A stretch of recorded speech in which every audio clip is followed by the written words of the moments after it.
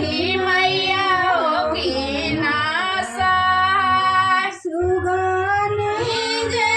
रोवेली बिरगा से आदित्य बाबा होगी ना सहाय आदित्य बाबा होगी ना सहाय सुगनी जे रोवेली बिरगा से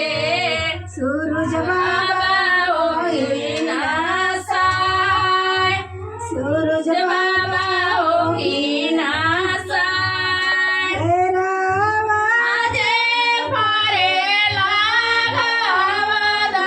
से ओ पर सुगा मेरा राय पर सुगा मेरा राय सारी पावा आजे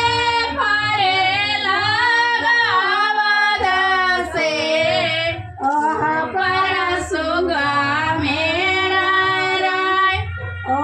पर सुगा मेरा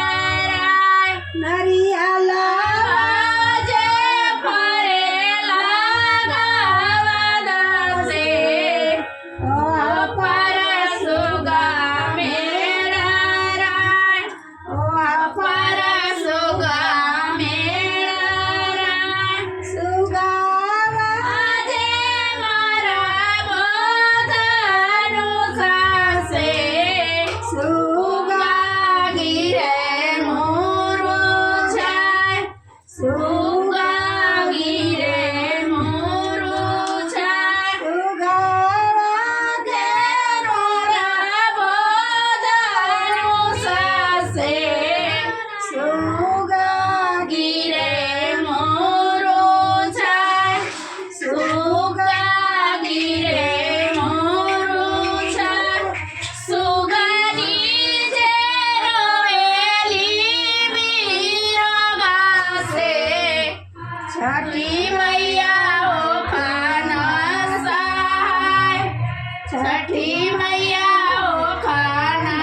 सहाय सूरज बाबा बाबा हो खाना